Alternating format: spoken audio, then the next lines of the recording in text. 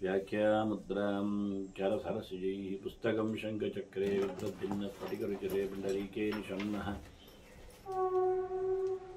अमलानश्रीरमृतविशदैरंशभिप्लावयन् मामाविर्भूयादरगमहिमामानसेवागधीशः नमस्ते प्राणेश प्रणतविभवायावनिमगाः नमस्वामिन् रामप्रियतमानमन् गुरुगुण नमस्तुभ्यं भीमप्रबलतमकृष्णेष्टभगवन् नमः श्रीमन्मध्वप्रदिश सुदर्शन्नो जय जय श्रीगुरुभ्यो नमः। नारायणं सुरगुरुं जगदेकनाथं भक्तप्रियं सकललोकनमस्कृतं च त्रैगुण्यवर्जितमजं विभुमाद्यमीशं वन्दे भवग्रम् अमरासुरसिद्धवन्द्यं नारायणं नमस्कृत्य नरं चैव नरोत्तमं देवीं सरस्वतीं व्यासं ततो जयमुदीरे। ವೇದವ್ಯಾಸರ ಮಹಾಭಾರತದ ಚಿಂತಕರಿಗೆ ವಂದನೆಗಳು. ಶಾಂತಿಪರ್ವದ 274ನೆಯ ಪ್ರವಚನ ಮತ್ತೆ ಮನುವಿನ ಮಾತುಗಳು. ಮೋಕ್ಷದ ವಿಷಯದಲ್ಲಿ ಸಾಧನೆಯ ನೆಲೆಯಲ್ಲಿ ಬೃಹಸ್ಪತ್ಯಾಚಾರ್ಯರು ಹೇಳಿದ ಕೆಲವು ಚಿಂತನೆಗಳು ಅವನ್ನು ಭೀಷ್ಮರು ಧರ್ಮರಾಜನಿಗೆ ತಿಳಿಸಿಕೊಡ್ತಾ ಇದ್ದಾರೆ. ಅನಾದಿತ್ವಾತ್ ಅಮದ್ಯತ್ವಾತ್ ಅನಂತತ್ವಾಚ್ಚ ಸೋವ್ಯಯ. ಭಗವಂತ ಯಾವ ಪ್ರಕಾರದಲ್ಲಿಯೂ ನಾಶವನ್ನು ವಿಕಾರವನ್ನು ಹೊಂದುವುದಿಲ್ಲ. ಯಾಕೆಂದರೆ ಅವನು ಸೃಷ್ಟಿಗೊಂಡ ಸಂಗತಿ ಅಲ್ಲ, ಅವನಿಗೆ ಆದಿ ಇಲ್ಲ, ಹಾಗಾಗಿ ಕೊನೆಗೆ ಅವಸಾನವೂ ಇಲ್ಲ. ಅದರಿಂದ ಅವನಿಗೆ ನಡುವಿನಲ್ಲಿ ಏರುಪೇರುಗಳು, ಅಭಿವೃದ್ಧಿಗಳು, ಕ್ಷೀಣತೆ ಇವ್ಯಾವುದೂ ಇಲ್ಲ. ಒಂದು ವಸ್ತು ಹುಟ್ಟಿದ್ದರೆ ಅದು ಬೆಳೀತದೆ ಅಂತ, ಒಂದು ವಸ್ತು ನಿರ್ಮಿತಿ ಆದರೆ ಅದಕ್ಕೆ ಸಾವಿದೆ ಅಂತ. ಹಾಗಾಗಿ ಇವನು ಹುಟ್ಟದಿರುವ ಸಂಗತಿ ಆಗಲಿಕ್ಕೆ ಹೋಗಿ ಬೆಳೆಯುವ ಒಂದು ಕಥೆಯೇ ಇಲ್ಲ, ಅವಸಾನವನ್ನು ಪಡೆಯುವುದಿಲ್ಲ. ಹೀಗಾಗಿ ಅವನನ್ನು ಅವ್ಯಯ ಅಂತ ಹೇಳ್ತಾರೆ ಅಂತ. ಈ ಅವ್ಯಯತ್ವ ಎನ್ನತಕ್ಕಂಥ ಧರ್ಮ ಇರಲಿಕ್ಕೆ ಹೋಗಿ ಅವ್ಯಯತ್ವಾಚ ನಿರ್ದ್ವಂದ್ವ. ನಾಶಕ್ಕೆ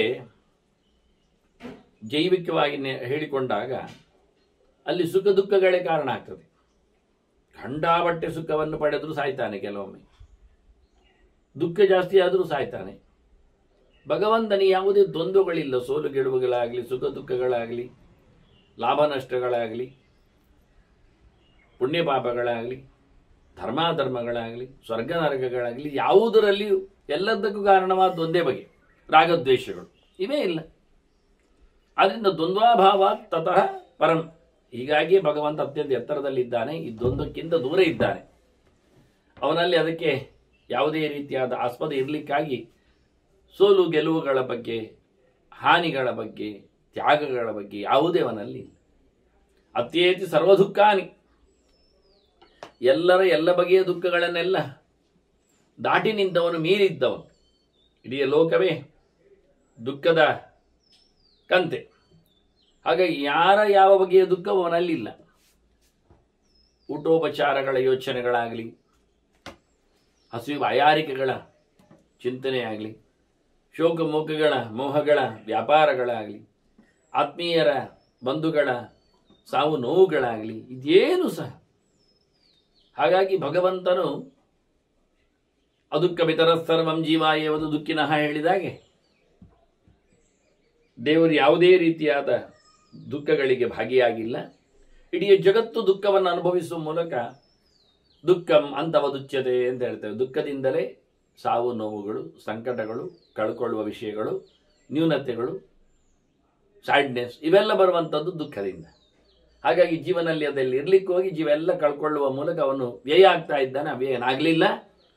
ದೇವರು ಯಾಕೆ ಅವ್ಯಯ ಇದ್ದಾನೆ ಕೇಳಿದರೆ ಅವನಿಗೆ ಯಾವುದೇ ರೀತಿಯಾದಂತಹ ದುಃಖವೇ ಇಲ್ಲ. ಮನಸ್ಸಿನ ಕೊರೆಗೆ ಮನುಷ್ಯನ ಕೊನೆಯನ್ನು ಉಂಟು ಮಾಡುವುದು. ಮನಸ್ಸು ನಿರಾಳವಾಗಿದ್ದರೆ ಯಾವುದೇ ರೀತಿಯಾದಂತಹ ತೊಂದರೆಗಳು ಬರುವುದಿಲ್ಲ. ತದ್ಬ್ರಹ್ಮ ಪರಮಂ ಪ್ರೋಕ್ತಂ. ದೇವರೇ ದೊಡ್ಡವ. ಯಾವುದು ಪೂರ್ಣವೋ ಅದು ದೊಡ್ಡದು, ಯಾವುದು ಅಪೂರ್ಣವೋ ಅದು ಸಣ್ಣದು. ಭಗವಂತನ ಪೂರ್ಣತೆಯ ಹತ್ತಿರದಲ್ಲಿ ಯಾವುದು ಪೂರ್ಣ ಅಲ್ಲ. ಹೀಗಾಗಿ ಇಷ್ಟೇ ವಿಷಯ. ಯಾವುದು ಪರಿಪೂರ್ಣವಾಗಿ ನಿಂತಿದೆಯೋ ಅದಕ್ಕೆ ಯಾವುದೇ ರೀತಿಯಾದಂಥ ಹಾನಿ ಇಲ್ಲ. ಆ ಪೂರ್ಣತ್ವವೇ ಅದರ ದೊಡ್ಡತನ. ಅದುವೇ ನಿಜವಾಗಿ ಅವನಿಗೆ ಹಾನಿ ಇಲ್ಲದಂತೆ, ನಾಶ ಇಲ್ಲದಂತೆ ಮಾಡಲಿಕ್ಕೆ ಕಾರಣ. ಅದೇ ಸ್ವಾತಂತ್ರ್ಯ, ಅದೇ ಶ್ರೈಷ್ಠ್ಯ. ತದ್ಬ್ರಹ್ಮ ಪರಮಂ ಪ್ರೋಕ್ತಂ ತದ್ಧಾಮ ಪರಮಂ ಪದಂ. ಅವನ ಕ್ಷೇತ್ರವೇ ಉತ್ತಮವಾದ ಕ್ಷೇತ್ರ, ಅವನ ಜಾಗವೇ, ಅವನ ಸ್ಥಾನವೇ ಎಲ್ಲದರ ಪೂರ್ಣವಾದಂತಹ ಸುಖವನ್ನು ಕೊಡತಕ್ಕ ತಾಣ. ಹಾಗಾಗಿ ವೈಕುಂಠವೇ, ಮೋಕ್ಷವೇ ಭಗವಂತನ ವಿಶೇಷವಾದಂತಹ ಪ್ರಸಾದ ಆಗಿದೆ. ತದ್ಗತ್ವ ಕಾಲ ವಿಷಯ ವಿಮುಕ್ತಾ ಮೋಕ್ಷಮಾಶ್ರಿತ. ಆ ಭಗವಂತನನ್ನು ಪಡೆದವರು, ಅವನ ಕ್ಷೇತ್ರದೆಡೆಗೆ ಸಾಗಿದವರು ಇಲ್ಲೆಲ್ಲಿ ಸಹ ಅವನಾದವರು ಹೇಳುವುದೇ ಇಲ್ಲ. ನಾಚಿಕೆಗೇಡು ವಿಷಯ ಅಷ್ಟೇ. ಪುರಾಣಗಳಲ್ಲೆಲ್ಲ ತೋರಿಸಿಕೊಡ್ತೇನೆ ಅಂತ ಹೊರಟವರಿಗೆ ಅವರೇ ಪುರಾಣಗಳನ್ನು ಆಚೀಚೆ ಓದಿಕೊಂಡ್ರೆ ಅರ್ಥ ಆಗ್ತದೆ. ಏನು ಉತ್ತರ ಕೊಡ್ತಾರೆ ಆಗ? ಏನು ಮಾತಾಡುವ ಹಾಗೆ ಇಲ್ಲ. ಹಾಗಾಗಿ ಸಕಲ ಪುರಾಣಗಳ, ಸಕಲ ಶಾಸ್ತ್ರಗಳ ಒಕ್ಕೊರಳವಾದವಾಗಿ ನೋಡಿಕೊಂಡಾಗ ಭಗವಂತನನ್ನು ಪಡೆಯುವ, ಭಗವಂತನ ನಿತ್ಯ ನಿರಂತರವಾದ ಸ್ಥಾನದೆಡೆಗೆ ಸಾಗುವ, ಅದಕ್ಕೆ ಬೇಕಾಗಿರತಕ್ಕಂಥ ತಪಸ್ಸು, ದಾನ, ಯಜ್ಞ ಮುಂತಾದ ಕರ್ಮಗಳ ಪರಂಪರೆ, ತೀರ್ಥಕ್ಷೇತ್ರ ಸಂಚಾರ, ಈ ಯಾವುದಕ್ಕಾದರೂ ಅರ್ಥ ಉಂಟ? ನಾವೇ ದೇವರು ಅಂತಾಗಿದ್ದರೆ ಅಥವಾ ಬೇಡ ಅಂತಾಗಿದ್ದರೆ ಹೋಗುವುದು, ಎಲ್ಲೋ ಒಂದು ಕಡೆಯಲ್ಲಿ ಏನೂ ಆಗದ ಪರಿಸ್ಥಿತಿಯನ್ನು ಪಡೆಯುವುದಾಗಿದ್ದರೆ ಇದೆಲ್ಲ ಸಾಧನೆಗಳಿಗೆ ಎಷ್ಟು ಹೇಳಿ ಏನು ಅರ್ಥ ಆಗುವುದಿಲ್ಲ ಅಂದಾಗ ಆಗ್ರಹಿಗಳಿಗೆ ಯಾವುದೂ ಗ್ರಹಣಕ್ಕೆ ಯೋಗ್ಯವಾಗಿರುವುದಿಲ್ಲ.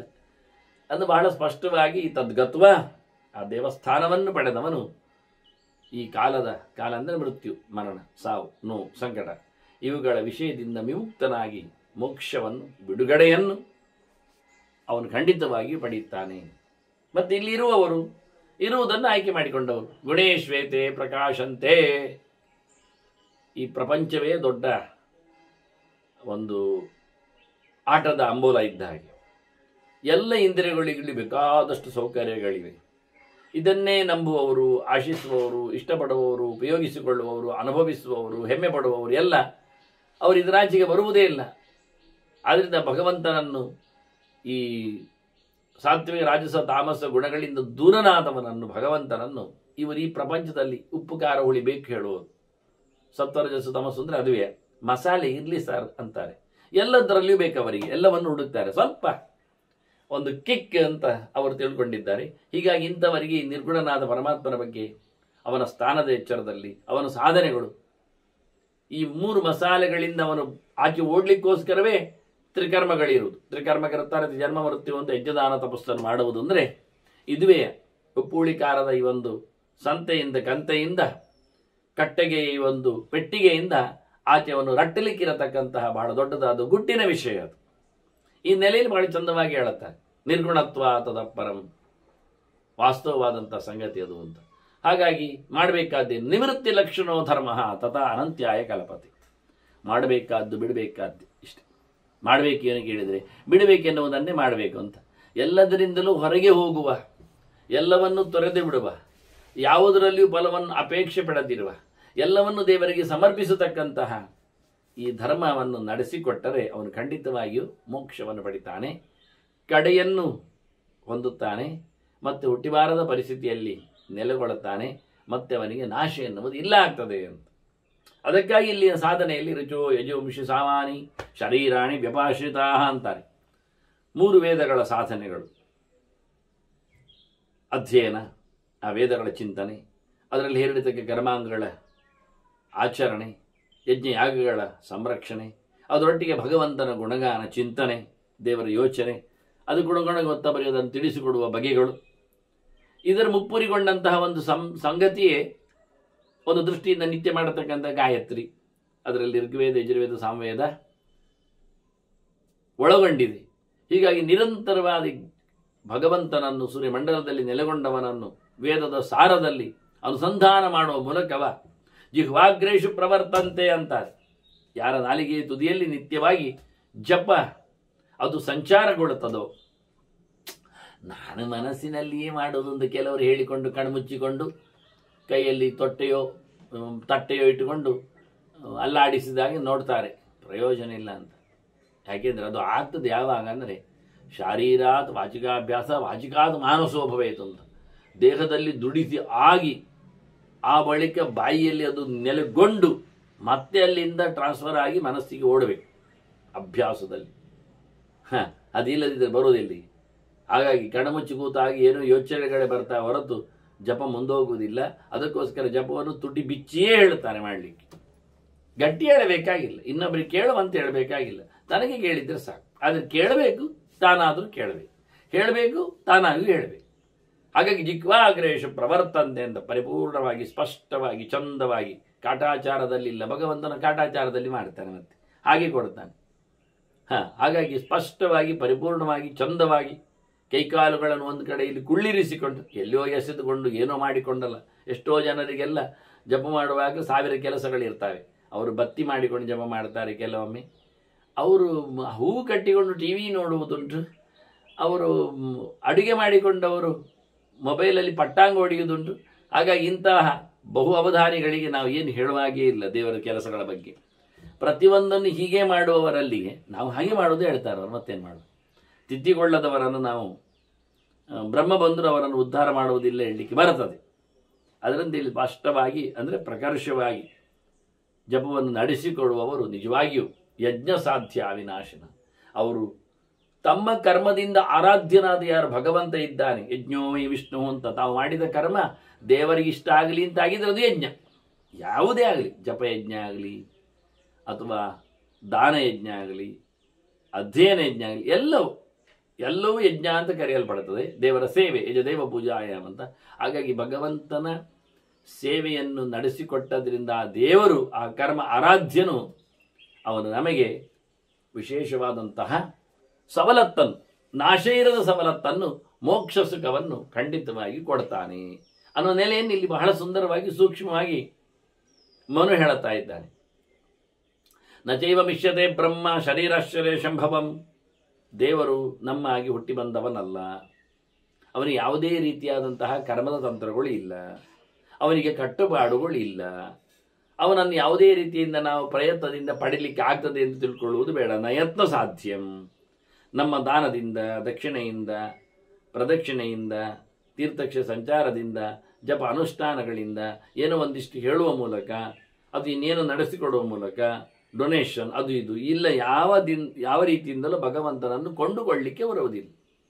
ನಯತ್ನ ಸಾಧ್ಯ ಅಂತದ್ದು ಬ್ರಹ್ಮ ನಾದಿವದ್ಯಂ ನ ಚಾಂತವತ್. ಅವನಿಗೆ ತುದಿ ಮೊದಲು ಕಡೆ ಇಲ್ಲದೆ ಇರಲಿಕ್ಕಾಗಿ ಅವನಿಗೆ ಯಾವ ರೀತಿಯಾದ ಬೇಕು ಬೇಡಗಳು ಅವನಲ್ಲಿ ಇಲ್ಲದೇ ಇರುವುದರಿಂದ ಅವನ ಅನುಗ್ರಹದಿಂದ ಮಾತ್ರವೇ ನಾವು ಅವನನ್ನು ಕಾಣಲಿಕ್ಕೆ ಪಡೀಲಿಕ್ಕೆ ಸಾಧ್ಯ ಆಗ್ತದೆ. ಅದಕ್ಕೋಸ್ಕರ ನಮ್ಮ ಸಾಧನೆಗಳನ್ನು ನಿರಂತರವಾಗಿ ಫಲಾಪೇಕ್ಷೆ ಇಲ್ಲದೆ ಸೋಮಾರಿತನವನ್ನು ಬಿಟ್ಟು ಮಾಡಲೇಬೇಕು, ಮಾಡುತ್ತೇನೆ ಅಂತ ಹೇಳುವ ನೆಲೆಯಲ್ಲಿ ಮಾಡಿಕೊಂಡು ಬರುವುದಷ್ಟೇ ಆಗಿರ್ತದೆ. ಅಂತಶ್ಚಾದಿಮತಾಂ ದೃಷ್ಟಃ ನಚಾದಿನ ಬ್ರಹ್ಮಣ ಸ್ಮೃತಃ. ಸಾವು ನೋವುಗಳು ಯಾರಿಗಿರುವುದು? ಆಗಲೇ ಮೊದಲೇ ಹೇಳಿದ್ದೆ, ಸೃಷ್ಟಿಯಲ್ಲಿ ಬಂದವರಿಗೆ ಅಂತ, ಸೃಷ್ಟಿಯನ್ನು ಹೊಂದಿದವರಿಗೆ ಅಂತ. ಆಯಿತು ಅಂದರೆ ಒಂದು ವಸ್ತು ಪ್ರಾಡಕ್ಟ್ ಆಯಿತು ಅಂದರೆ ಅದು ಒಂದಲ್ಲ ಒಂದು ದಿನ ಪ್ರಕೃತಿಯಲ್ಲಿ ಲೀನಗೊಳ್ಳೇಬೇಕು, ಲೀನ ಆಗ್ತದೆ. ಯಾಕೆ? ಅದು ಪ್ರಾಡಕ್ಟ್, ಅದು ಪ್ರೊಡ್ಯೂಸ್ಡ್, ಅದು ಆದದ್ದು, ಸೃಷ್ಟಗೊಂಡದ್ದು, ಕ್ರಿಯೇಟೆಡ್. ಹಾಗಾಗಿ ಅದಕ್ಕೆ ನಾಶ ಉಂಟೇ ಉಂಟು. ಅದನ್ನು ಖಂಡಿತವಾಗಿ ಯಾವುದೋ ರೀತಿಯಿಂದಲಾದರೂ ಅದನ್ನು ಇಲ್ಲ ಮಾಡಲಿಕ್ಕೆ ಆಗ್ತದೆ, ಇಲ್ಲ ಮಾಡ್ತಾರೆ, ಇಲ್ಲ ಆಗ್ತದೆ, ಸವಕಳಿ ಇರ್ತದೆ, ಪ್ರಕೃತಿ ಅದನ್ನು ಕಬಳಿಸ್ತದೆ. ಆದರೆ ದೇವರು ಹಾಗಲ್ಲಲ್ಲ, ಆದಿ ಇದ್ದವನಲ್ಲಲ್ಲ. ಹಾಗಾಗಿ ಅವನಿಗೆ ಅಂತ್ಯ ಇಲ್ಲ ಎನ್ನುವುದನ್ನು ಸತ್ಯ ಹೇಳಿಬಿಡ್ತಾರೆ, ವಾಸ್ತವವಾಗಿ ತಿಳಿಸಿಕೊಡ್ತಾರೆ. ಎಲ್ಲಿವರೆಗೆ ಅಂದರೆ ಎಲ್ಲದರ ಸೃಷ್ಟಿ, ಅದಕ್ಕೆ ಅಧೀನತ್ವವನ್ನು ತರುವುದೇ ಸೃಷ್ಟಿಯನ್ನು ಉಲ್ಲೇಖ ಮಾಡುವಂಥದ್ದು. ಮಹಾಲಕ್ಷ್ಮಿಯನ್ನು ಲೋಕದ ವ್ಯಾಪಾರದಲ್ಲಿ ತೊಡಗಿಸುವ ಮೂಲಕ ಅವಳನ್ನು ಸೃಷ್ಟಿಯ ವ್ಯಾಪಾರದಲ್ಲಿ ತನ್ನೆಡೆಗೆ ಅವಳನ್ನು ಲೀನ ಆಗುವಂತೆ ಮಾಡಿಕೊಳ್ಳುವ ಮಹಾಲಕ್ಷ್ಮಿಯ ಲಯವನ್ನು ಹೇಳುವ ಮೂಲಕ, ಇದೇ ರೀತಿಯಾಗಿ ವೇದಕ್ಕೂ ಕಾಲಕ್ಕೂ ಎಲ್ಲಕ್ಕೂ ಅಭಿವ್ಯಕ್ತಿಯನ್ನು ಸೃಷ್ಟಿ ಅಂತ ಹೇಳುವ ಮೂಲಕ ಸರ್ವತ್ರ ಅದರ ಪ್ರಸರಣ ನಿಂತು ಹೋಗಿ ತದೇಕವಾಗಿ ಭಗವಂತನಲ್ಲಿ ಮಾತ್ರ ಅದು ನೆಲೆಗೊಂಡದಕ್ಕೆ ಲಯ ಎನ್ನುವ ಮೂಲಕ ಚಿಂತನೆ ಅಂತ ಅರ್ಥ. ಹೀಗೆ ಲೋಕ ಪೂರ್ತಿ ಭಗವದ್ ಅಧೀನವಾಗಿರುವಾಗ ದೇವರೊಬ್ಬನೇ ಶಾಶ್ವತವಾದ ಪಕ್ಕ ಎತ್ತರದ ವ್ಯಕ್ತಿ ಆಗ್ತಾನೆ ಅಂತ ಚಿಂತನೆ ಕೊಡ್ತಾನೆ. ದೇವರನ್ನು ಕಾಣದೇ ಇರುವುದರಿಂದ ಅವನ ಮೇಲಿನ ಪ್ರೀತಿ ವಿಶ್ವಾಸಗಳಿಗೆ ಧಕ್ಕೆ ಇದೆ ಹೇಳಿದರೆ, ಕಾಣುವುದಿಲ್ಲ ಎನ್ನುವುದು ಸುಮಾರಿದೆ, ಕಾಣದೇ ಇರುವುದಷ್ಟೇ ಕಾರಣ ಅಲ್ಲ. ಅನೇಕ ಕಾರಣಗಳಿಂದ ದೇವರು ದೂರಾಗಿದ್ದಾರೆ ಮನುಷ್ಯನಿಗೆ. ಒಂದಷ್ಟೇ ಅದೃಷ್ಟತಃ ಅಂತ, ಕಾಣುವುದಿಲ್ಲ ಮಾಡುವುದಿಲ್ಲ ಅಂತ. ಅನುಪಾಯಾಚ್ಯ, ದೇವರನ್ನು ಹಿಡೀಲಿಕ್ಕೆ ನಮ್ಮಲ್ಲಿ ಯಾವ ರೀತಿಯಾದಂಥ ಉಪಾಯಗಳು ಇಲ್ಲ. ಯಾವ ಉಪಾಯಗಳು ದೇವರನ್ನು ಮಾತಾಡಿಸುವುದಿಲ್ಲ. ಮತ್ತೆ ನಾವು ಹೇಳಿ ಆಯ್ತು, ಪ್ರತಿಸಂದೇಶ ಕರ್ಮಣ, ನಮ್ಮದು ಕ್ರಿಯಾ ಪ್ರಪಂಚ ಮಾಡ್ತಾ ಇರ್ತೇವೆ ಏನಾದರೂ ಒಂದು. ಯಾಕೆ? ನಮಗೆ ಬದುಕಲಿಕ್ಕೆ. ನೈಕಶ್ಚಿಷ್ಟಣಮಪಿ ಜಾತುಶಿಷ್ಟತೆ ಕರ್ಮ ಇರುತ್ತೆ. ಸುಮ್ಮನೆ ಇರ್ಲಿಕ್ಕೆ ಆಗುವುದಿಲ್ಲ. ಸುಮ್ಮನೆ ಇರ್ಲಿಕ್ಕೆ ಎನ್ನುವುದು ಅದು ಹೆಣದ ಲಕ್ಷಣವೂ ಅಲ್ಲ ಕೆಲವೊಮ್ಮೆ. ಹೀಗಾಗಿ ನಮಗೆ ಕರ್ಮದ ಮೇಲಿನ ವ್ಯಾಮೋಹ, ಕರ್ಮದ ಮೇಲಿನ ನಂಟು, ಇದರಿಂದಾಗಿ ಭಗವತ್ ಕ್ರಿಯೆಗಳು ನಡೆಯಲಾರದೆ ಹೋಗಿ ಮಾಡಿದ್ದೆಲ್ಲ ಸ್ವಾರ್ಥಕ್ಕಾಗಿ ಭಗವಂತನ ಎಚ್ಚರ ಪಡೀಲಿಕ್ಕೆ ಆಗುವುದಿಲ್ಲ. ನಾವು ದೇವರನ್ನು ನೋಡಲಿಕ್ಕೆ ಆಗ್ತಾ ಇಲ್ಲ. ವಾಸ್ತವವಾಗಿ ನೋಡಿಕೊಂಡು ನತೇನ ಮರ್ತ್ಯಾಹ ಪಶ್ಯಂತಿ ಏನ ಗಚ್ಚಂತಿ ತತ್ ಪದಂ, ಅದಕ್ಕಾಗಿ ಅವನಡಿಗೆ ಸಾಗುವುದಿಲ್ಲ, ಅವನನ್ನು ಕಾಣುವುದಿಲ್ಲ. ಕಾಣುವ ಲೋಕ ಅದು ಅವನದ್ದಲ್ಲ. ಆದ್ದರಿಂದ ನಾವು ಸ್ವತದ್ದೇ ಅಲ್ಲಿದ್ದೇವೆ ಅಂತ ಬಹಳ ಚೆನ್ನಾಗಿ ಉಲ್ಲೇಖ ಮಾಡಿತು. ಮತ್ತೆ ನಮ್ಮದು ಪ್ರಪಂಚದ ಗುಣಲಕ್ಷಣಗಳು ಗೊತ್ತಲ್ಲ. ರೂಪ ಪ್ರಪಂಚ, ಶಬ್ದ ಪ್ರಪಂಚ, ಭೋಗ ಪ್ರಪಂಚಗಳು, ಸ್ಪರ್ಶ ಪ್ರಪಂಚ, ಇವೆಲ್ಲ ಇರಲಿಕ್ಕಾಗಿ ಈ ಪಂಚಭೂತಗಳ ಜೊತೆಯಲ್ಲಿ, ಪಂಚಗುಣಗಳ ಜೊತೆಯಲ್ಲಿ ನಾವು ಕಾಣುವ, ನೋಡುವ, ಅನುಭವಿಸುವ ನೆಲೆಯಲ್ಲಿರಲಿಕ್ಕೆ ಹೋಗಿ ಗುಣಾತೀತನಾದ ಭಗವಂತ, ಸರ್ವಗುಣ ಸಂಪೂರ್ಣನಾದ ಭಗವಂತ ನಮಗೆ ಅರ್ಥ ಆಗ್ತಾ ಇಲ್ಲ. ಗುಣಾನ್ಯದಿಹ ಪಶ್ಯಂತಿ ತದಿಚ್ಛಂತ್ಯ ಪ್ರಯೋಜನ. ಇಲ್ಲಿ ಪ್ರಪಂಚದಲ್ಲಿ ಕಂಡದ್ದನ್ನೇ ಜಗತ್ತು ಮತ್ತಷ್ಟು ಸಂಭ್ರಮಿಸ್ತದೆ, ಬೇಕು ಅಂತ ಹೇಳ್ತದೆ, ಉಪಯೋಗಿಸಿಕೊಳ್ಳುತ್ತದೆ, ಬಗೆ ಬಗೆಯಿಂದ ಅದನ್ನು ದುಡಿಸಿಕೊಳ್ಳುತ್ತದೆ. ಪರನ್ನೈವಾಭಿಕಾಂಕ್ಷಂತಿ. ದೇವರನ್ನೆಲ್ಲಿ ಮಾತಾಡಿಸ್ತಾರೆ? ಇಲ್ಲ. ಭಗವಂತನನ್ನು ಇದಕ್ಕಿಂತ ಮಿಗಿಲಾದ್ದನ್ನು ಕೇಳುವುದೇ ಇಲ್ಲ. ನೀಡಿ ಆಯ್ತಲ್ಲ, ಪ್ರಪಂಚ ಆಯ್ತಲ್ಲ, ಇದಕ್ಕಿಂತ ಬೇರೆ ಯಾವುದು ಬೇಕಾ ನೋಡಿ, ಇದಕ್ಕಿಂತ ಮಿಗಿಲಾದದ್ದು ಬೇಕಾ ನೋಡಿ, ಇದಕ್ಕಿಂತ ವಿಲಕ್ಷಣವಾದದ್ದು, ವಿಶಿಷ್ಟವಾದದ್ದು, ಪರಿಪೂರ್ಣವಾದದ್ದು ನೋಡಿ. ಯಾರು ನೋಡಿಕ್ಕೆ ಹೋಗುವುದಿಲ್ಲ. ಇಡೀ ಈ ಬಣ್ಣ ಬಣ್ಣದ ಪ್ರಪಂಚವನ್ನೇ ಆಲಿಂಗಿಸ್ತಾರೆ, ಅದರಲ್ಲಿ ತಮ್ಮ ಸಂಭ್ರಮವನ್ನು ಆಚರಿಸ್ತಾರೆ. ಹಾಗಾಗಿ ಭಗವಂತನ ಬಗ್ಗೆ ಯೋಚನೆ ಇಲ್ಲ. ಯಾಕೆ? ದೇವರು ಗುಣಾರ್ಥಿಗಳಿಗೆ ಸಿಗುವುದೇ ಇಲ್ಲ. ಯಾಕೆಂದ್ರೆ ಅವನು ನಿರ್ಗುಣನಾದ್ರಿಂದ. ನಮ್ದೆಲ್ಲ ಭಾವಗಳು ಬೇರೆ ಆಗಿವೆ. ಪ್ರಪಂಚದ ಆಸೆಗಳು ನಮ್ಮನ್ನು ಅವಿತುಕೊಂಡಿವೆ.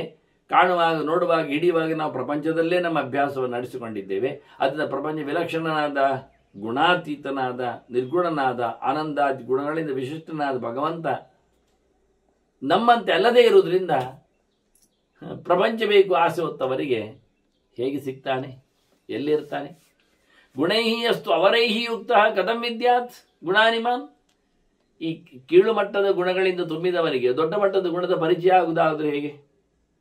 ಎಲ್ಲಿವರೆಗೆ ಅಂದರೆ ತಾರ್ಕಿಕರು ಮನುಷ್ಯರಲ್ಲಿ ಸುಖವೂ ಕಾಣ್ತದೆ, ಅದನ್ನು ದೇವರಲ್ಲಿ ಸುಖ ಉಂಟು ಅಂತ ಹೇಳುವ ಅಂತ ಹೇಳಿದ್ರೆ ಬೇಡಪ್ಪ. ಯಾಕೆ? ಮನುಷ್ಯರಲ್ಲಿ ಸುಖ ಕಾಣಲಿಕ್ಕೆ ಕಾರಣ ಅವರಲ್ಲಿ ದುಃಖ ಇರಲಿಕ್ಕೆ ಹೋಗಿ, ಅವರಲ್ಲಿ ದುಃಖ ಇದೆ. ಅದನ್ನ ಸುಖ ದುಃಖಗಳಿದ್ದಲ್ಲಿ ಜೀವತ್ವ ಇದೆ, ಮನುಷ್ಯ ಇದ್ದಾನೆ. ಅದನ್ನ ದೇವರಿಗೆ ನಾವೊಂದೊಮ್ಮೆ ಸುಖ ಉಂಟು ಹೇಳಿದ್ರೆ ಅಲ್ಲಿ ದುಃಖ ಉಂಟು ಅಂತ ಹೇಳಲೇಬೇಕಾಗ್ತದೆ. ಅದನ್ನ ದೇವರಿಗೆ ಸುಖ ಇಲ್ಲ ಹೇಳಿಬಿಟ್ರೆ ನೋಡಿ. ಇವರಿಗೆ ಸುಖವಿಲ್ಲ ಪಾಪ. ದೇವರದ್ದು ಸುಖ ದುಃಖಗಳ ಅನುಭವವನ್ನು ಇವರು ಡಿನೈ ಮಾಡ್ತಾ ಇದ್ದಾರೆ. ರಾಮನಿಗೆ ಕಾಡಿಗೆ ಹೋಗು ಅಂದಾಗ ಕಷ್ಟ ಆಗಲಿಲ್ಲ ಅಂತ ರಾಮನ ಹೇಳ್ತಾನೆ. ರಾಜ್ಯೋವ ವನವಾಸೋವ ಅಂತ, ರಾಜ್ಯಂಬ ವನವಾಸೋವ ಅಂತ. ನನಗೆ ರಾಜ್ಯವ ಕಾಡ ಅಂತ ಯೋಚನೆ ಮಾಡಿದರೆ ನನಗೆ ರಾಜ್ಯಕ್ಕಿಂತ ಕಾಡೇ ಖುಷಿ ಕಾಣ್ತದೆ ಹೇಳ್ತಾನೆ.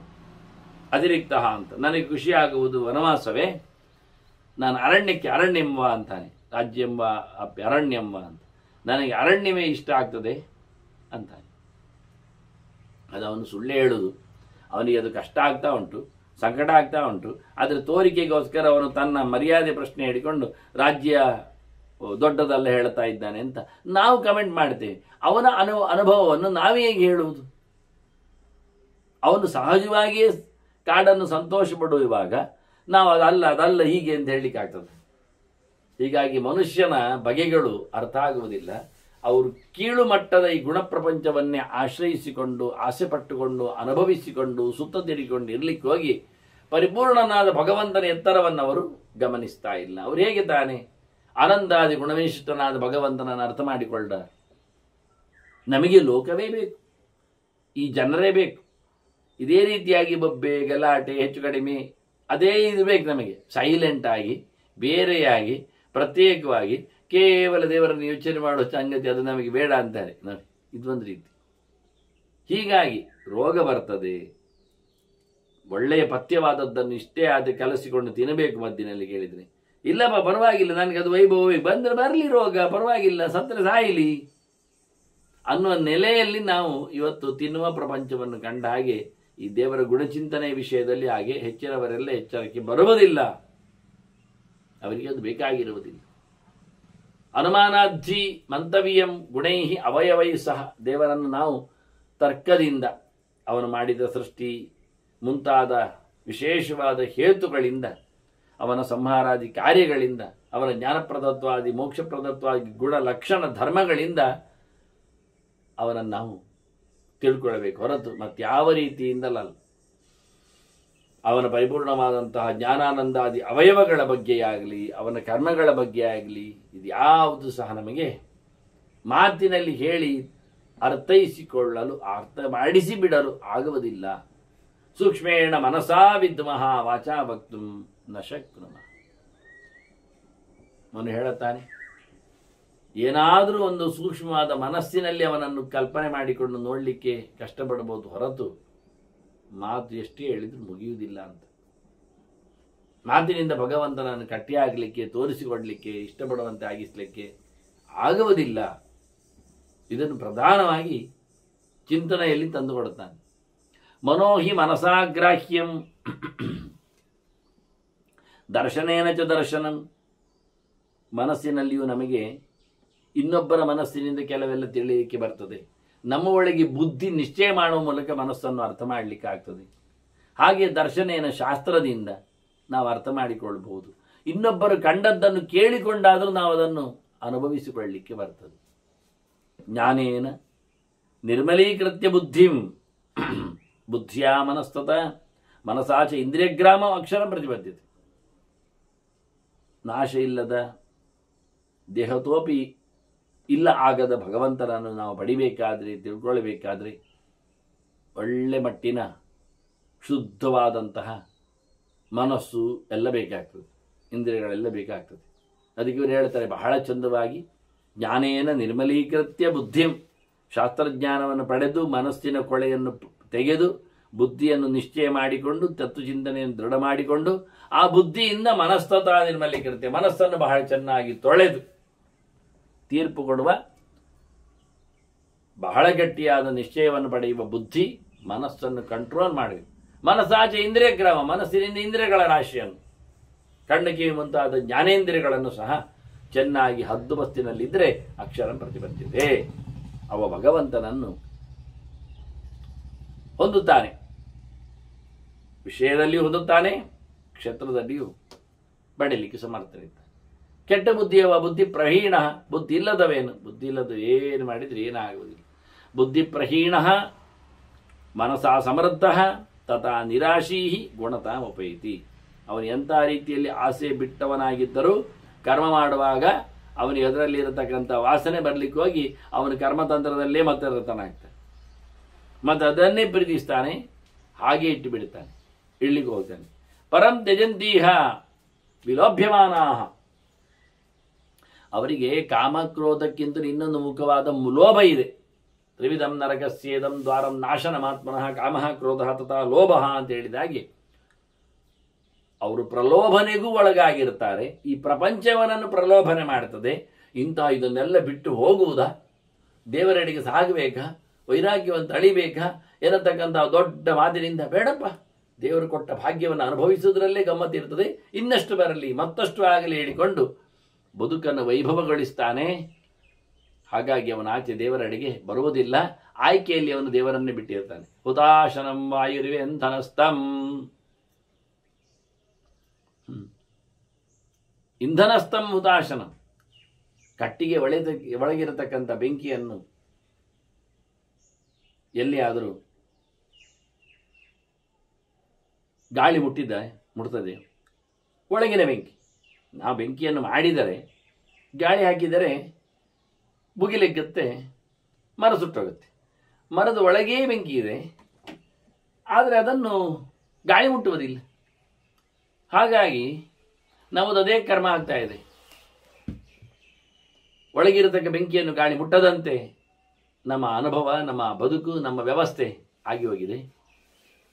ಹಾಗಾಗಿ ಬಹಳ ಚಂದವಾಗಿ ನಮ್ಮ ಎಲ್ಲ ವ್ಯಾಪಾರ ವ್ಯವಹಾರಗಳು ಒಳಗೆ ಇರತಕ್ಕಂಥ ಅಗ್ನಿನಾರಾಯಣನು, ಭಗವಂತನನ್ನು, ದೇವನನ್ನು, ಬೆಳಕಿನ ವ್ಯಕ್ತಿಯನ್ನು ಅದು ಮುಟ್ಟುವುದೇ ಇಲ್ಲ, ಕೇಳುವುದೇ ಇಲ್ಲ.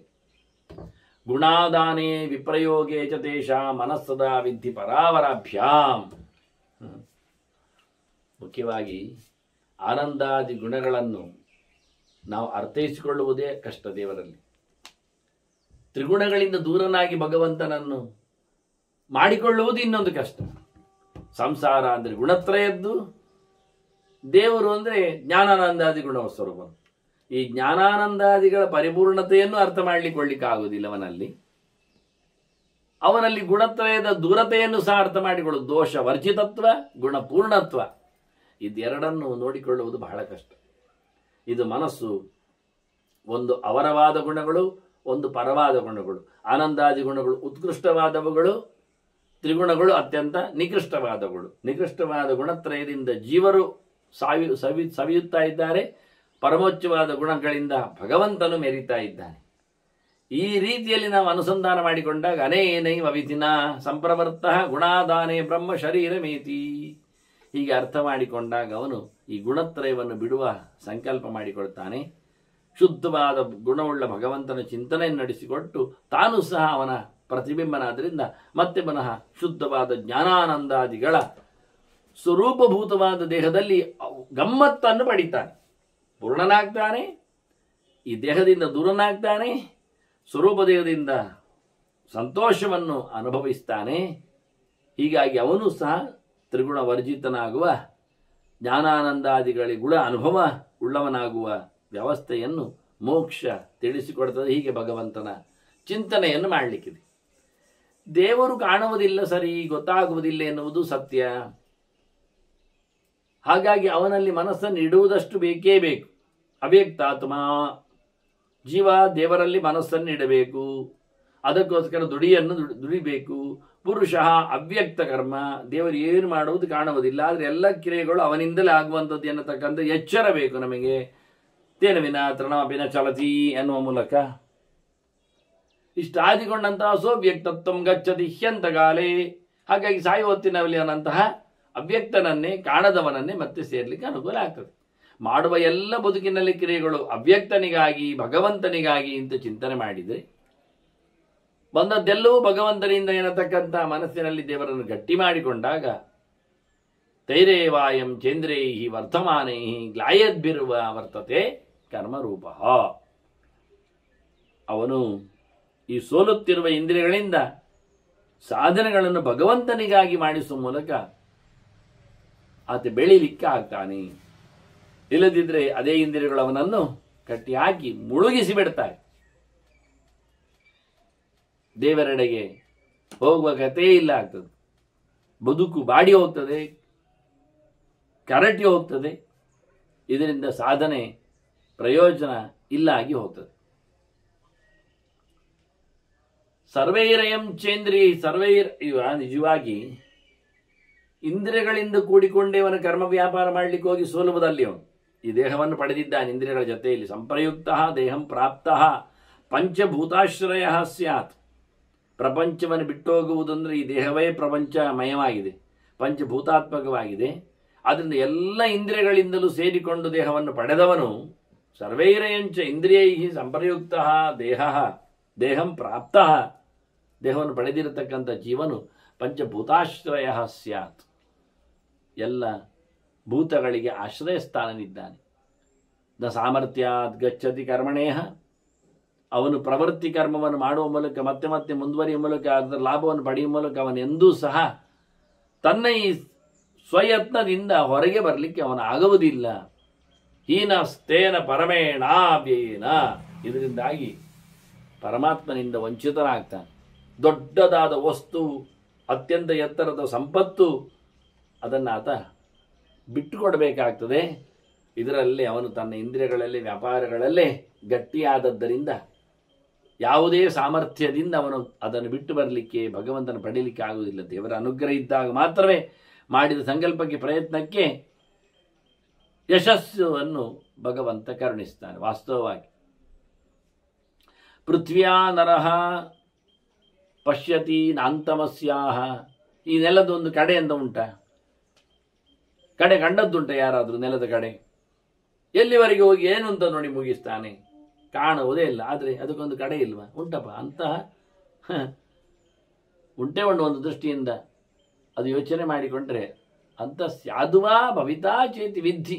ಈ ನೆಲಕ್ಕೊಂದು ಕಡೆ ಅಂತ ಉಂಟೇ ಉಂಟು, ಅದರ ಆಚೆಗೆ ನೀರು ಬರ್ತದೆಯೇ. ಆದರೆ ಯಾರು ಸಹ ಅದನ್ನು ಪಡೆದದ್ದಿಲ್ಲ. ಅನುಭವದಲ್ಲಿ ಯೋಚನೆಯಲ್ಲಿ ಅದು ಉಂಟು ಅಂತ ತಿಳ್ಕೊಳ್ತಾನೆ. ಹಾಗೆ ಭಗವಂತನ ಪರಂನಯಾತೀಹ ವಿಲೋಭ್ಯಮಾನ ಯಥಾ ಪ್ಲವ ಅವಾಯುರಿವೋದಗಸ್ಥ. ದೋಣಿ ನೀರಿನಲ್ಲಿದೆ, ಹೋಗ್ತದ? ಹೋಗ್ತದೆ. ಯಾವಾಗ? ಗಾಳಿ ಇತ್ತು. ಗಾಳಿಯಲ್ಲಿದ್ದರೆ ನೀರಿನಲ್ಲಿ ದೋಣಿ ಹೋಗಿದೆ. ಅದರಿಂದ ನಮ್ಮ ಸಂಸಾರ ಎನ್ನುವುದೇ ದೊಡ್ಡ ನೀರಿನ ಸಾಗರ, ನೀರಿನ ಸಮೂಹ, ನೀರಿನ ರಾಶಿ. ಅದರಲ್ಲಿ ದೇಹ ಎನ್ನುವುದು ಬಹಳ ಚೆನ್ನವಾಗಿ ನಮಗೆ ದೋಣಿಯಾಗಿ ಕೊಟ್ಟಿದ್ದಾರೆ. ಆದರೆ ಚೆನ್ನಾಗಿ ಗಾಳಿ ಇಲ್ಲ. ವಾಸ್ತವವಾಗಿ ಗಾಳಿ ಎನ್ನುವುದೇ ಕರ್ಮ, ಭಗವಂತನ ಎಚ್ಚರ. ಅದಾಗ್ತಾ ಇಲ್ಲ. ಹೋಗುವುದು ಹೇಗೆ? ಮತ್ತೆ ಮುಂದೋಗ್ತದೆ ಹೇಗೆ? ಮುಂದೋಗುವುದಿಲ್ಲ ಅಂತಾರೆ. ಈ ಲೋಕ ಮುಂದೋಗ್ಲಿಕ್ಕೆ ಬರುವುದಿಲ್ಲ. ವಾಸ್ತವವಾಗಿ ನಮ್ಮ ದೇಹ ದೇವರು ಚೆನ್ನಾಗಿ ಹೊಟ್ಟೆ ಇಲ್ಲದ, ಹರಿದು ಹೋಗದ, ತೇಲಿಕೊಂಡು ಆಚೆ ದಡವನ್ನು ಪಡೆಯತಕ್ಕಂಥ ಸುಂದರವಾದ ದೇಹವನ್ನು ಕೊಟ್ಟಿದ್ದಾನೆ. ಆದರೆ ಇವತ್ತು ನಾವು ವಿಷಯೋದಕದಲ್ಲಿ ಅದನ್ನು ಮುಳುಗಿಸಿ ಹಾಕಿಬಿಡುತ್ತೇವೆ. ಒಳ್ಳೆಯ ಕರ್ಮಗಳನ್ನು ಪ್ರಾಣ ಇರುವಾಗ, ಚೇಷ್ಟೆ ಮಾಡುವಾಗ ಶುದ್ಧವಾದ ವೇದೋಕ್ತವಾದ ವಿಧಿ ಕರ್ಮಗಳನ್ನು ಮಾಡದೆ, ಜಪತಪ ಅನುಷ್ಠಾನಗಳನ್ನು, ಉಪವಾಸಾದಿಗಳನ್ನು ನಡೆಸಿಕೊಡದೆ ಯಥೇಷ್ಟವಾಗಿ ನಾವು ಇರ್ಲಿಕ್ಕೆ ಹೋಗಿ ಈ ದೊಡ್ಡ ದೋಣಿಯನ್ನು ಅಲ್ಲಿಗೆ ವಿಷಯ ಸಮುದ್ರದಲ್ಲೇ ಮುಳುಗಿಸಿ ಹಾಕಿಬಿಡುತ್ತೆ. ಮತ್ತೆ ಏನು ಮಾಡುವ ಕೇಳಿದರೆ, ನೋಡಿ ಸೂರ್ಯ ಬರ್ತಾನೆ ಬೆಳಿಗ್ಗೆ, ಹೌದು, ಎಲ್ಲವನ್ನು ಮುಡುತ್ತಾನೆ, ಹೌದು, ಆದರೆ ಅವನಿಗೆ ಏನಾದರೂ ಮೇಲಿಗೆ ಆಗ್ತದ? ಇಲ್ಲವ. ಸೂರ್ಯ ಮೇಲೆದ್ದು ಬಂದಾಗ ನೆಲದಲ್ಲಿರತಕ್ಕಂಥ ಕೊಳಚೆಯನ್ನು ನೋಡ್ತಾನೆ, ಮುಡ್ತಾನೆ, ಎಲ್ಲರನ್ನು ಮುಟ್ಟಿರ್ತಾನೆ. ಪ್ರಾಣಿ ಪ್ರಪಂಚ, ಕೀಟ ಪ್ರಪಂಚ, ಮರಮಟ್ಟುಗಳನ್ನು, ಎಲ್ಲ ಮನುಷ್ಯರನ್ನು ಸಹ. ಇದರಿಂದ ಅವನಿಗೇನಾದರೂ ಮಂಡಲಕ್ಕೇನು ಗಾಯ ಆಯ್ತಾ? ಅದು ಕೊಳಚೆ ಹತ್ತಿತ? ಅವನು ಎಲ್ಲಿಯಾದರೂ ಏನಾದರೂ ಮೈಲಿಗೆ ಆದ್ನ? ಯಾರ ಹತ್ರೊಂದು ಒರೆಸ್ತಾರ ಹೋಗಿ? ಮತ್ತೆ ಇಲ್ಲ. ಅವನು ನಿರ್ಲಿಪ್ತನಾಗಿದ್ದಾನೆ. ತನ್ನ ಕೈಯಿಂದ ಅವನ ಕಿರಣದಿಂದ ಎಲ್ಲವನ್ನು ಮುಟ್ಟಿದರೂ ಅವನಿಗೆ ಮುಟ್ಟಿದರ ಅನುಭವವನ್ನು ಮಾಡಿಕೊಳ್ಳತಕ್ಕಂಥ ಯೋಗ್ಯತೆಯನ್ನು ಮುಚ್ಚಿಕೊಂಡಿರ್ತಾನೆ, ಬಿಚ್ಚಿಕೊಳ್ಳಿರುವುದಿಲ್ಲ. ಹಾಗಾಗಿ ಬಹಳ ಚಂದವಾಗಿ ದಿವಾಕರ ಗುಣಮುಪಲಭ್ಯ ನಿರ್ಗುಣ, ಎಲ್ಲವನ್ನು ಮುಟ್ಟಿದ್ದರೂ ಅವನು ಯಾವುದೇ ಮುಟ್ಟಿದರ ಬಾಧೆಗೆ ಅವನು ಒಳಗಾಗುವುದಿಲ್ಲ. ಅಷ್ಟು ಶುದ್ಧನಾಗಿರ್ತಾನೆ. ಯಾಕೆಂದ್ರೆ ಅದು ಕಿರಣಗಳ ಉಂಡೆ ನಮಗೆ ಕಂಡದ್ದು. ಕಿರಣಗಳ ಉಂಡೆಯಿಂದ ಬಂದದ್ದು ಮುಟ್ಟಿದ್ದವ. ವಾಸ್ತವವಾಗಿ ಯಥಾ ಭವೇತ್ ಅಪಗತ ರಶ್ಮಿ ಮಂಡಲ, ಅದೇ ಹಾಗೆ ಅವನು ಸಂಜೆ ಹೊತ್ತಿನಲ್ಲಿ ಅಸ್ತವನ್ನು ಪಡಿತಾನೆ. ಎಲ್ಲ ಕಿರಣಗಳನ್ನು ಮತ್ತೆ ತಾನು ಹಿಂದಕ್ಕೆ ತಗೊಳ್ತಾನೆ. ಅದರಂತೆ ತಥಾಖ್ಯಸೋ ಮುನಿರಪಿ ನಿರ್ವಿಶೇಷವಾನ್, ಯಾವುದೇ ಅಧಿಕ ಪ್ರಸಂಗಕ್ಕೆ ಹೋಗದೆ ಮೌನವಾದಿಕೊಂಡು ಸಾಧಕನು ಅದರಂತೆ ಒಂದು ದೃಷ್ಟಿಯಿಂದ ಸೂರ್ಯಪಾನವನ್ನೇ ಮಾಡಿಕೊಳ್ಳುವ ಹಾಗೆ ಅವನು ಆ ರೀತಿಯಲ್ಲಿ ನೆಲೆಗೊಂಡಾಗ ಅವನು ಖಂಡಿತವಾಗಿ ಉದ್ಧಾರನಾಗ್ತಾನೆ. ಸ ನಿರ್ಗುಣಂ ಪ್ರವಿಶತಿ ಬ್ರಹ್ಮಚ ಅವ್ಯಯಂ, ಅವನು ಪರಿಪೂರ್ಣನಾದ ಭಗವಂತನನ್ನು ಯಾವುದೇ ರೀತಿಯಾದ ಹಾನಿ ಇಲ್ಲದ ದೊಡ್ಡ ಸೊತ್ತನ್ನು ಆತ ಪಡಿತಾನೆ. ದೇವರು ಹೇಗಿದ್ದಾನೆ? ಪೂರ್ಣ ಜ್ಞಾನ ಸ್ವರೂಪನಾದವ, ಎಲ್ಲವನ್ನೂ ಅರಿತವ, ಯಾರಿಂದಲೂ ಬಂದವನು ಅಲ್ಲ, ಹಾಗಾಗಿ ಎಂದೂ ಸಾಯುವವನು ಅಲ್ಲ. ಯಾವುದಕ್ಕಾಗಿ ಇಳಿದು ಬಂದವನಲ್ಲ, ಸಿಗುವವನು ಅಲ್ಲ, ಲೋಕದ ಉದ್ಧಾರಕ್ಕಾಗಿ ತಾನಾಗಿಯೇ ಇಳಿದು ಬರುವವನಾಗುವ. ಆದ್ದರಿಂದ ಹುಟ್ಟದವನ ಚಿಂತನೆ ಇದು, ಯಾರಿಗೂ ಸಿಗದವನ ಸ್ವರೂಪವಿದು ಎಂದು ಪರಿಪೂರ್ಣವಾಗಿ ಅರಿತುಕೊಳ್ಳಲಾಗದವನ ದೊಡ್ಡ ಸ್ಥಿತಿಯ ಒಂದು ಸಣ್ಣ ಪರಿಚಯವಿದೆ ಅನ್ನೋ ನೆಲೆಯಲ್ಲಿ ಅನಾಗತಂ ಸುಕೃತವತಾಂ ಪರಾಂಗತಿಂ, ಒಳ್ಳೆದು ಮಾಡಿದವರಿಗೆ ದೊಡ್ಡ ಜಾಗ, ಎಂದೂ ಹಿಂದೆ ಬಾರದ ತಾಣ, ಅದು ದೇವರ ಸ್ಥಾನ. ಒಳ್ಳೆ ಪೂರ್ತಿಯಾದಂತಹ ಎಚ್ಚರವುಳ್ಳ ಭಗವಂತ ಎಲ್ಲಿಯೂ ಹಿಂದಕ್ಕೆ ಬಾರದವನಾಗಿ ಇದಂ ಪ್ರಥಮತೆಯ ಬರುವಂತೆ ಅಲ್ಲವನು ನಿರಂತರವಾಗಿ ನೆಲೆಗೊಂಡವನಾಗಿ ಭಗವಂತ ಅವನಿದ್ದಾನೆ. ಅವು ಸ್ವಯಂಭುವಂ, ತಾನೇ ತಾನಾಗಿ ಹುಟ್ಟುವವನು, ಬೇಕಾದರೆ ಅವತರಿಸುವವನು ಬಂದಾಗ ಇನ್ಯಾರು ಅವನನ್ನು ಉಂಟು ಮಾಡುವುದಿಲ್ಲ. ಎಲ್ಲಕ್ಕೂ ಅವನೇ ಕಾರಣ. ಅವನಿಗೆ ಇನ್ನೊಬ್ಬರಿಂದಾಗಿ ಸುಖ ದುಃಖಗಳಾಗಲಿ ಬೇಕು ಬೇಡಗಳಾಗಲಿ ಅವನಿಗೆ ಬರುವುದಲ್ಲ. ಹಾಗಾಗಿ ಅವನಿಗೆ ತನಬೇಕಾದ ಸುಖವನ್ನು ಅವನೇ ಅರಗಿಸಿಕೊಳ್ಳುವಲ್ಲಿ ಪಡೆದುಕೊಳ್ಳುವಲ್ಲಿ ಇನ್ನೊಬ್ಬರ ಆದೇಶ ಅನುಗ್ರಹಗಳು ಯಾಕೆ ಬೇಕು? ಮತ್ತೆ ಎಲ್ಲದರ ಸೃಷ್ಟಿಕಾರ ನಾಶಗಳಿಗೆ ಅವನೇ ಕಾರಣ. ಪ್ರಭವ ನಿಧಾನಂ ಅವೇ ಎಲ್ಲವೂ ಪ್ರಭವತಿ ಅಸ್ಮಾತ್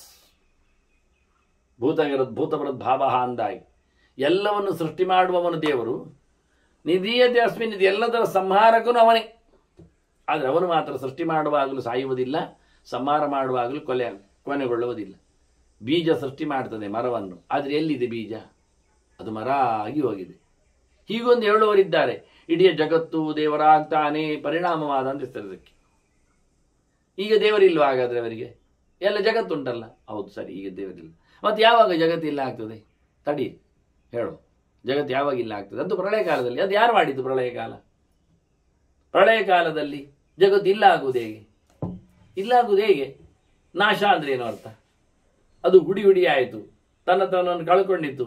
ಹಾಗಾದರೆ ದೇವರು ಹುಡಿ ಆದ್ನ, ಕಳೆದೋದ್ನ? ಮತ್ತೆ ಇಡೀ ಆಗುದು ಹೇಗೆ ದೇವರು? ಮತ್ತೆ ಒಂದೊಮ್ಮೆ ದೇವರೇ ಪ್ರಪಂಚ ಆಗಿದ್ದರೆ, ಪ್ರಪಂಚ ನಾಶ ಆದಾಗ ದೇವರು ಇಡೀ ಆಗುವುದು ಅಂದ್ರೆ ಏನರ್ಥ? ಆಗುವುದೇ ಹೇಗೆ ಆಗ್ಲಿಕ್ಕೆ ಬರ್ತದೆ? ಆದ್ದರಿಂದ ಇದು ರಾ ಮೆಟೀರಿಯಲ್ ಅಂತಲ್ಲ. ಅವರು ದೃಷ್ಟಾಂತ ಕೊಡೋದು ಹಾಗೆ, ಮಣ್ಣಿದೆ, ಮಣ್ಣನ್ನು ಕಲಿಸಿದ್ದೇವೆ, ಮಡಿಕೆ ಮಾಡಿದ್ದೇವೆ, ಮತ್ತೆ ಆ ಮಡಿಕೆಯನ್ನು ಮತ್ತೆ ಒಡೆದಿದ್ದೇವೆ, ಮಣ್ಣಿನ ಹುಡಿ ಮಾಡಿದ್ದೇವೆ, ಮತ್ತೆ ಮಣ್ಣಿನ ರಾಶಿ ಆಗಿದೆ, ಮತ್ತೆ ಪುನಃ ಕಲಡಿಸ್ತೇವೆ, ಮತ್ತೆ ಪುನಃ ಮಡಿಕೆ ಮಾಡ್ತೇವೆ. ಹಾಗೆ ಚಿನ್ನ ಕರಗಿಸ್ತಾರೆ, ಆಭರಣ ಮಾಡ್ತಾರೆ, ಮತ್ತೆ ಪುನಃ ಕರಗಿಸ್ತಾರೆ, ಆಭರಣ ಮಾಡ್ತಾರೆ. ಅದೆಲ್ಲ ಸರಿ. ಹಾಗಾದರೆ ಮೂಲದ್ರವ್ಯ ದೇವರ ಇದಕ್ಕೆ ಕರಗಿಸಿದಾಗ ಅಲ್ಲಿ ಚಿನ್ನ ಇರುವುದಿಲ್ಲ, ಬಳೆ ಆದಾಗ ಅಲ್ಲಿ ಚಿನ್ನ ಬಳೆಯಾಗಿರುತ್ತದೆ, ಕರಗಿಸಿದ್ದಿರುವುದಿಲ್ಲ. ಬಳೆಯನ್ನು ಕರಗಿಸಿದಾಗ ಮುದ್ದೆ ಚಿನ್ನ ಆಗ್ತದೆ, ಆಗ ಬಳೆ ಇರುವುದಿಲ್ಲ, ವಿಕಾರ ಇಲ್ಲ ಆಗ್ತದೆ. ಹಾಗಾಗಿ ಪ್ರಪಂಚವೇ ಭಗವಂತ ಆಗಿಬಿಟ್ರೆ, ಪ್ರಪಂಚವನ್ನು ಹುಡಿ ಮಾಡಿದರೆ ದೇವರು ಸಿಗುವುದಾಗಿದ್ರೆ ನಮಗೆ ದೇವರ ಕತ್ತೆ ಪ್ರಪಂಚ ಇದ್ದಾಗದ ವ್ಯವಸ್ಥೆ ಹೇಗೆ? ಈಗ ನಾವೆಲ್ಲ ದೇವರ ಪೂಜೆ ಪುನಸ್ಕಾರ ಜಪ ಯಜ್ಞ ಅನುಷ್ಠಾನ ಎಲ್ಲ ಮಾಡುವಾಗ ಪ್ರಪಂಚವೇ ದೇವರಾಗಿರೋ ದೇವರು ಇರುವುದಿಲ್ಲಲ್ಲ, ಇಲ್ಲಿಲ್ಲಲ್ಲ, ದೇವರಿಗೆ ವಿಕಾರ ರೂಪ ಬಂದಿದೆ. ಅದರಿಂದ ಭಗವಂತನನ್ನು ಬೀಜದಾಗೆ ಸಂಭವ ಅಂತ ಹೇಳುವುದಿಲ್ಲ, ಅವ್ಯಯಂ ಪ್ರಭವ ನಿಧಾನಂ ಅಂತಾರೆ. ವಿಕಾರಗೊಳ್ಳದ ಬೀಜ ವಿಕಾರ ಆಗ್ತದೆ, ಒಡಿತದೆ. ವಿಕಾರಗೊಳ್ಳದ ಸೃಷ್ಟಿ ಕಾರ್ಯ ಅದು ದೇವರಲ್ಲಿದೆ. ಏನೂ ಪೆಟ್ಟುಬಿಟ್ಟೆ ಆಗದ, ಬೇಸರ ಪಟ್ಟುಕೊಳ್ಳದ, ಬೆವರಿಗೆ ಇಳಿಯದ, ಕೈಕಾಲುಗಳ ನೋವಾಗದ ಸಂಹಾರ ಕಾರ್ಯ ಅದು ದೇವರಿಂದ ಆಗ್ತದೆ. ಅದನ್ನು ಸಂಹರಿಸುವಾಗಲೂ ದೇವರೇ ಹೆಚ್ಚು ಕಮ್ಮಿ ಆಗುವುದಿಲ್ಲ, ಸೃಷ್ಟಿಯಾಗುವಾಗಲೂ ದೇವರೊಂದೇ ಬಗೆ ಇರ್ತಾನೆ ಅಂತ ಭಗವಂತ ಸನಾತನ, ಸಕಲ ಶಬ್ದಗಳಿಂದ ವಾಚ್ಯ, ಯಾವತ್ತು ಇಂದಿನಿಂದವ ಅವನಿಗಿಂತ ಮೊದಲು ಅಂತ ಒಂದು ಶಬ್ದವೇ ಇಲ್ಲ. ನಿತ್ಯ ನಿರಂತರವಾಗಿರತಕ್ಕವನು ಭಗವಂತ. ಅಂತ ಭಗವಂತನನ್ನು ಯಾರು ನಿಜವಾಗಿ ಬಹಳ ವಿಶೇಷವಾಗಿ ಅದು ಅಮೃತಂ ಅವ್ಯಯಂ ಧ್ರುವಂ, ಸಾವಿಲ್ಲದ ಶಾಶ್ವತವಾದ ಮೌಲ್ಯ ಎನ್ನುವುದಾಗಿ ಯಾರು ತಿಳ್ಕೊಳ್ಳುತ್ತಾನೆ, ನಿಚಾಯತ ಅಂತ ಭಗವಂತನನ್ನು ಅರಸಿ ಸಾಧನೆ ಮಾಡಿ ಚಿಂತನೆ ನಡೆಸಿಕೊಡುವವನು ಅವನು ಪರಮ ಅಮೃತಮಷ್ಟತೆ, ಅವನು ಪರಿಪೂರ್ಣವಾದಂತಹ ಮೋಕ್ಷವನ್ನು, ಸಾಯದ ಪರಿಸ್ಥಿತಿಯನ್ನು ಅನುಭವಿಸುತ್ತಾನೆ, ಆನಂದವನ್ನು ಅವನು ಪಡೆಯುತ್ತಾನೆ. ಹೀಗಾಗಿ ಭಗವಂತನ ಬಹಳ ಸುಂದರವಾದಂತಹ ಪರಿಚಯವನ್ನು ಮಾಡಿಸಿಕೊಟ್ರು. ವಾಸ್ತವವಾಗಿ ಇದು ಜೀವ ಅನಾಗತ ಅಲ್ಲ, ಆಗತವ. ಜೀವನ ಧರ್ಮ ಇಲ್ಲಿಲ್ಲ. ಅವನು ಬಂದವನು, ಇವತ್ತು ಬಂದಿದ್ದಾನೆ ಈ ದೇಹದಲ್ಲಿ, ಇಂತಹ ದೇಹವನ್ನು ಬಿಟ್ಟು ಇವತ್ತಿಗೆ ಇಂತಹ ಸ್ಥಳದಲ್ಲಿ ಅವನು ಹೋಗುತ್ತಾನೆ. ಅವನು ಬರಲಿಕ್ಕೆ ಇಂಥವನು ಬೇಕಾಗಿದ್ದಾನೆ. ಅಂಥವನ ತಂದೆ ತಾಯಿಗಳಲ್ಲಿ ಅಜ್ಜಂದಿರ ಅಂತಹ ಕುಲವಂಶಕನ ಪ್ರವರ್ತಕನಲ್ಲಿ ಇವನ ಮೆರವಣಿಗೆ ಸಾಗಿದೆ, ಬಂದಿದ್ದಾನೆ. ಅನಾಗತ ಅಲ್ಲ ದೇವರು, ಜೀವ ಅದು ದೇವರು ಮಾತ್ರ. ಅದರಂತೆ ಇವನು ಬರುವವನ ಮೂಲಕ ಅವನಿಡೀ ಜಗತ್ತಿನಲ್ಲಿ ಒಳ್ಳೆಯ ಕೆಲಸ ಮಾಡಲಿಕ್ಕೆ ಬಂದದ್ದು ಹೊರತು ಒಳ್ಳೆಯ ಕೆಲಸ ಮಾಡಿ ಬಂದದ್ದಲ್ಲ. ಕೆಟ್ಟ ಕೆಲಸ ಮಾಡಿದ್ದಕ್ಕೆ ಬಂದಿದ್ದಾನೆ ಹೊರತು ಕೆಟ್ಟ ಕೆಲಸ ಮಾಡದೆ ಇರುವವನು ಆಗುವುದಿಲ್ಲ. ಆದ್ರಿಂದ ಒಳ್ಳೇದು ಮಾಡಿದವರಿಗೆ ಒಳ್ಳೆಯದನ್ನು ಕೊಡಲಿಕ್ಕೆ ಇವನಲ್ಲಿ ಏನಿಲ್ಲ, ಇವನೇ ಇಲ್ಲಲ್ಲ. ಅರ್ಧ ಮುಕ್ಕಾಲು ಮುಳುಗಿದವನು ಚೂರು ಮುಳುಗಿಕೊಂಡವನು ಎಬ್ಬೆಲಿಸುವುದುಂಟ? ಸ್ವಯಂ ಮನವತೀರ್ಣ ಕಪ್ಪನ ಅಂತಾರೆ ಎದ್ದಿಂದ. ಹಾಗಾಗಿ ಭಗವಂತ ಒಳ್ಳೆದು ಮಾಡಿದ್ದವರಿಗೆ ಉತ್ತಮ ಗತಿಯನ್ನು ಕೊಡುವವ. ಸುಕೃತವತಾಂ ಪರಾಂಗತಿ ಮುಕ್ತಾನಾಂ ಪರಮಾಗತಿ ಅಂತ ದೇವರು. ಇವನು ಮುಕ್ತಕೋಟಿಯಲ್ಲಿ ಸೇರುವವ, ಬಿಡುಗಡೆಯನ್ನು ಬಯಸುವವ. ಇನ್ನೊಬ್ಬರದ್ದು ತೊಂದರೆಯಲ್ಲಿ ತನ್ನದೇ ತೊಂದರೆಯನ್ನು ಅಳಿಸಿಕೊಳ್ಳದವ ಇನ್ನೊಬ್ಬರ ತೊಂದರೆ ತೆಗೆಯುವುದೆಲ್ಲಿಗೆ? ಇನ್ನೊಬ್ಬರಿಗೆ ತೊಂದರೆಯಲ್ಲಿದ್ದವರಿಗೆ ಉಪಕಾರವನ್ನು ಮಾಡುವುದಾದ್ರೆ ತಾನು ಬಡವನಾದವ ಇನ್ನೊಬ್ಬರಿಗೇನು ಸಂಪತ್ತನ್ನು ದಾನ ಮಾಡಿಯಾನು? ಕೈ ಜೋಡಿಸುವವ, ಇನ್ನೊಬ್ಬರಲ್ಲಿ ಕೈ ಕೇಳುವವ, ಇನ್ನೊಬ್ಬರಿಗೆ ಕೊಡ್ತೇನೆ ಹೇಗೆ ಹೇಳಿಯಾನು? ಅದು ಒಳ್ಳೆದು ಮಾಡಿದವರಿಗೆ ಒಳ್ಳೆಯದನ್ನು ಕೊಡುವವನು ದೇವರಿದ್ದಾನೆ ಅನ್ನುವ ಮೂಲಕ ಎಲ್ಲ ಜೀವರಿಗಿಂತ ವಿಲಕ್ಷಣನಾಗಿ ಭಗವಂತನ ನೋಡಿದ ಆಗ್ತದೆ. ಮತ್ತು ಸ್ವಯಂಭುವಂ, ತಾನು ತಾನಾಗಿ ಹುಟ್ಟಿದವನು ಭಗವಂತ, ತಾನೇ ಮಾಡಿಕೊಳ್ಳುವುದು ವೇಷ ವ್ಯವಸ್ಥೆ. ಶಾಪವೂ ಇಲ್ಲ, ವ್ಯವಸ್ಥೆ ಇಲ್ಲ. ಅದು ಜೀವ ಅಲ್ಲ. ಪ್ರಭವ ನಿಧಾನಮವಿಯಂ, ಜೀವ ಯಾರ ಸೃಷ್ಟಿಗೂ ಯಾರ ಸಂಹಾರಕ್ಕೂ ಪರಿಪೂರ್ಣವಾಗಿ ಕಾರಣನಾಗುವುದಿಲ್ಲ ಮತ್ತು ವಿಕಾರಗೊಳ್ಳದವನಾಗುವುದಿಲ್ಲ. ಅವನ ಧಾತುಕ್ಷಯ ಆಗ್ತದೆ, ಅಲ್ಲಿಂದ ಸೃಷ್ಟಿಯನ್ನು ತರ್ತಾನೆ. ಅವನದ್ದೇನುಂಟು, ಎಲ್ಲಿ ಉಂಟು? ಹಾಗಾಗಿ ವಿಕಾರ ಇಲ್ಲದ ಸೃಷ್ಟಿ ಆಗುವುದಿಲ್ಲ. ಗರ್ಭ ಆಗ್ತದೆ, ಲೋಕದಲ್ಲಿ ಹೆಚ್ಚು ಕಡಿಮೆಗಳು, ತೊಂದರೆಗಳು, ಕಾಯಿಲೆಗಳು, ಔಷಧಗಳೆಲ್ಲ ಆಗ್ತವೆ.